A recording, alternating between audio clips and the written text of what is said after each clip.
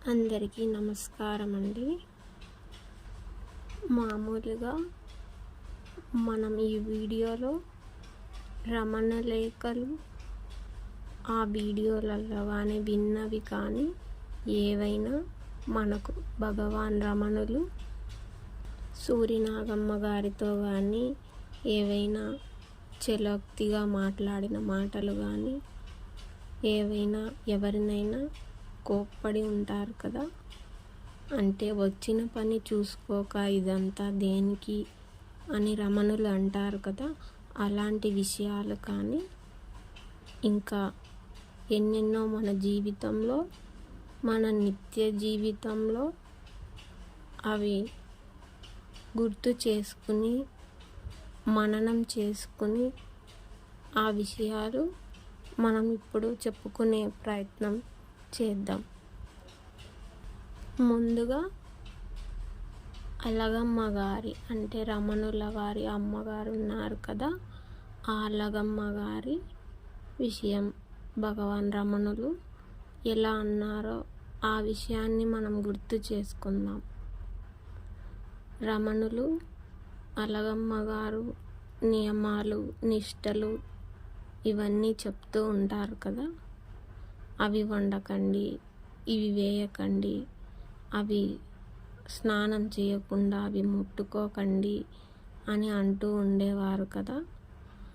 అప్పుడు రమణులు అన్నారు కదా, ఆ వంటలో మునక్కాడలు వేయకూడదు అంటే భగవాన్ రమణులు బ్రహ్మచారి అని అవి తినకూడదు అన్నట్లుగా అలగమ్మ గారు వేయకండి అన్నట్లుగా నియమాలు పెడుతూ ఉన్నారన్నట్లుగా రమణులు అంటారు అలగమ్మ గారితో, అవునవును మా అమ్మకి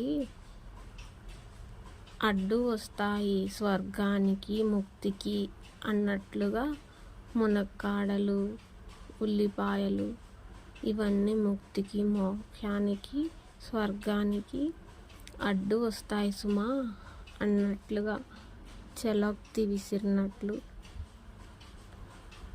అలాంటి విషయం విన్నప్పుడు మనం మన ఇంట్లో మునక్కాడలు వండుకుంటున్నప్పుడు భగవాన్ రమణులు ఇలా అన్నారు కదా అలగమ్మ గారిని, మునక్కాడలు ఆడుతూ ఉన్నప్పుడు గుర్తుకు వస్తూ ఉంటే ఆ విషయాలు అలా మనం ఏది చేస్తున్నా ఆ విషయం విన్నదానికి రమణులు చెప్పినది గుర్తుకు వస్తూ ఉంటే రమణులు ఎక్కడో ఉన్నారని అనుకోవాల్సిన అవసరం లేదు కదండి.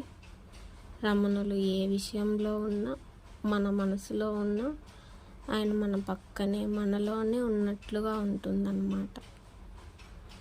అది మనం అనుభూతి చెందుతూ ఉంటే అది మనకు తెలుస్తూ ఉంటుంది. ఇంకొక విషయం అయితే భగవాన్ రమణులు మామిడి తోటలో ఉన్నారని చెప్తూ ఉన్న వీడియోలు విని ఉంటాం కదా మనం రమణ లేఖలలో.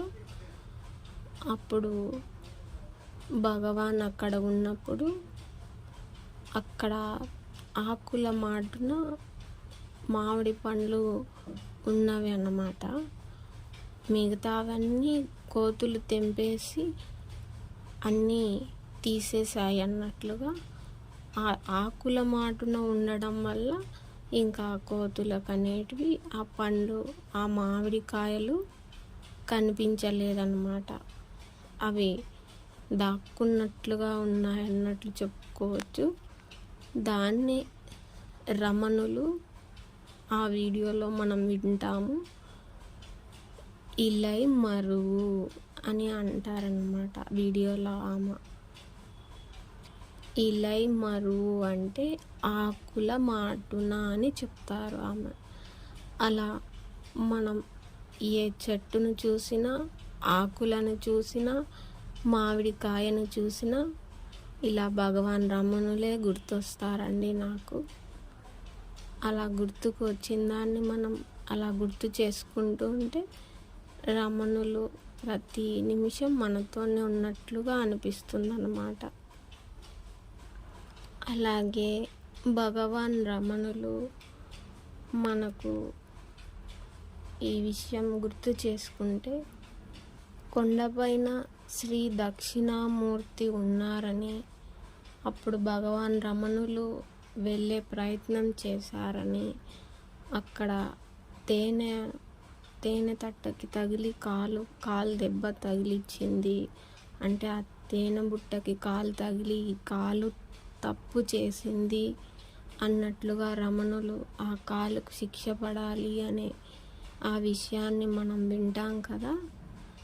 అలా అప్పుడు రమణులు అక్కడ పెద్ద మర్యాకును చూసి పైకి వెళ్ళాలని అనుకున్నారని, ఆ మర్యాకు ఆ దక్షిణామూర్తి ఉన్న ఆ చెట్టు నుంచే వచ్చింది అన్నట్లుగా పైకి వెళ్ళాలని అనుకున్నారని, అప్పుడు ఈ తేనె తట్టకు తగిలి ఆ కాలు తప్పు చేసిందని వాటికి తేనె తీగలన్నీ కుట్టినప్పుడు వాటికి అలా వదిలేశారు కదా ఆయన ఆ కాలుని.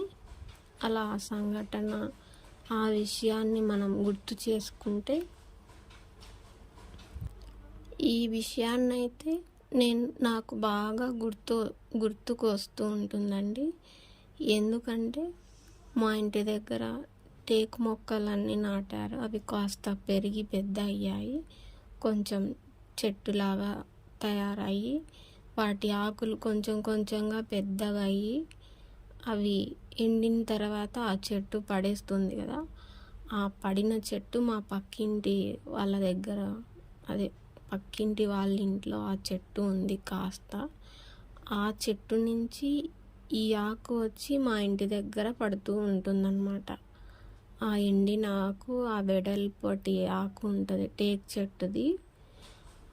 వాటిని చూస్తూ ఉంటే వెంటనే చూస్తూ ఉండడం కాదు, ఆ ఆకు మా ఇంటి దగ్గర కనపడగానే వెంటనే భగవాన్ రమణులు శ్రీ దక్షిణామూర్తి దగ్గరికి వెళ్ళిన సంగతి మొత్తం రమణులు ఆ మర్రి చెట్టు నుంచి పడిన ఆకు ఇదే కదా అన్నట్లుగా వెంటనే గుర్తుకొస్తుందన్నమాట. నాకైతే ఇలా గుర్తుకొస్తుందండి.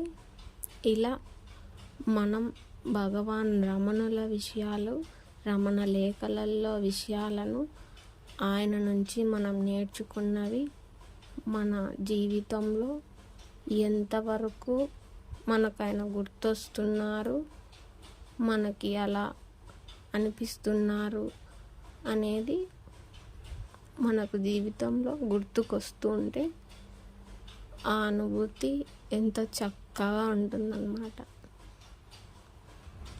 అలాగే ఇంకొక విషయం గుర్తు చేసుకుంటే, భగవాన్ రమణుల దగ్గర సూరినాగమ్మ గారు ఉన్నారు కదా, ఆమె ఊరి నుంచి వచ్చి తర్వాత ఈ భగవాన్ ఆశ్రమంలో కొన్ని వస్తువులు అయిపోయాయని, అవి జీడిపప్పు లాంటివి,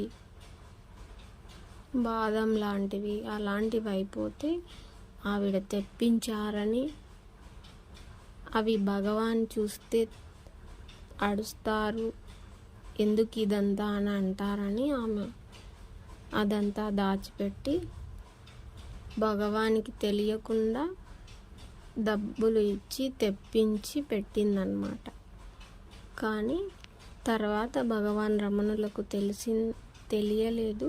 కానీ ఇవెవరు తెప్పించారు అన్నట్లుగా అడిగితే అలిమేలు అత్తే తెప్పించిందన్నట్లుగా అలా ఆ విషయం ఏదో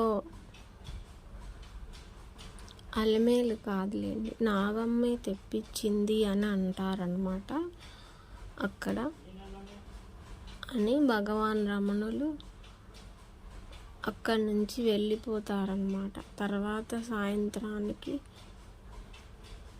వచ్చిన పని చూసుకోక ఇదంతా ఎందుకు, అయినా చాట్ ఎందుకు అని అన్నట్లుగా చెప్తారనమాట. మళ్ళీ ఇదంతా లేకుండా అలిమేలు మంగే తెమ్మన్నది అన్నట్లుగా కూడా తెలుస్తుంది. అయితే మాత్రం చాట్ ఎందుకు అన్నట్లుగా అనుకుంటారనమాట. చాట్ ఎందుకు అని అంటే ఈ ఇవ్వడము, నేను ఇది చేశానని గర్వం రావటము ఇలాంటివన్నీ జరుగుతాయి. కాబట్టి రమణులకి అవి ఇష్టం లేదన్నట్లుగా అలా ఉంటుందన్నమాట. అలాంటి వీడియోలు రమణుల వీడియోలో విన్నప్పుడు రమణ లేఖలలో ఇలా చాట్ ఎందుకు అన్నట్లుగా కూడా ఒక్కొక్క విషయం గుర్తుకొస్తూ ఉంటుంది. ఇలాంటి విషయానికి భగవాన్ రమణులు నాగమ్మను కోప్పడడం లాగా కూడా జరుగుతుంది. అంటే వచ్చిన పని అంటే మనం ఆత్మవిచారణకై వచ్చినాం కదా, లౌకిక విషయాలలో పడకూడదు అన్నట్లుగా రమణులు ఒక బిడ్డపై తండ్రి కోపము అన్నట్లుగా ఆమె వివరిస్తారనమాట ఆ వీడియోలో. అప్పుడు భగవాన్ రమణులు నాగమ్మ గారు సాయంత్రం వేళ ఆశ్రమానికి వెళ్తే అది 6 గంటల అయిన సమయంలో ఇక అక్కడ స్త్రీలు ఎవరు ఉండరు కదా అన్నప్పటికీ అలా చాటు ఆ జీడిపప్పులు అవి ఇప్పించిన కోపం అదంతా ఉంటుందన్నట్లుగా రమణులకి ఆమె ముందే గ్రహించి అప్పుడు రమణుల వైపు చూడలేక చూస్తూ ఉంటే ఇదంతా ఎందుకన్నట్లుగా అప్పటికే భగవాన్ రమణులు పళ్ళు కొరుకుతున్నారన్నట్లు, ఆయన కోపం వచ్చిందన్నట్లు, అంటే వారి కోపము మన ఉద్ధరణికే అన్నట్లుగా ఆ వీడియోలో మనకి సూరినాగమ్మ గారు తెలిపిన విషయం అన్నమాట. మనం ఆత్మవిచారణకే తెలుసుకోవాలి, కానీ లోక విచారణతో మనం అందులో మునగకూడదు అన్నట్లుగా వారి కోపం అర్థం చేసుకోవాలన్నమాట. అలా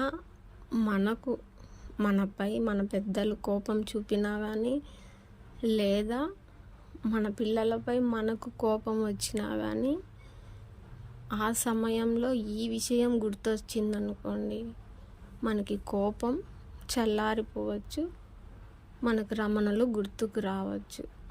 లేదా మన భర్త కానీ భార్య కానీ కోపం విషయం కదా, ఆ కోపం వచ్చింది అన్నప్పుడు రమణులు గుర్తుకొస్తే వాళ్ళు బిగబట్టి కొరుకుతున్నారు, ఆయన కోపగించుకున్నారని ఆమె వీడియోలో చెప్తారు కదా. అక్షరాల అలా గుర్తుకొచ్చారనుకోండి, రమణుల రూపం మన కంటి ఎదురుగా నిలిస్తే ఆ కోపం అంతా చల్లారిపోతుందన్నమాట.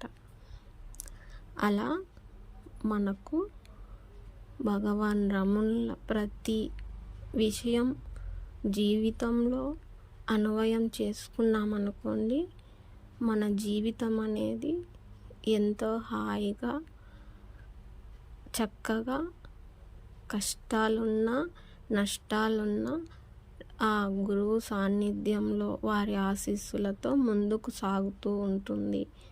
బయట ముందుకు సాగుతూ ఉంటుంది, అంతరంలో వెనక్కి సాగుతూ ఉంటుందన్నమాట.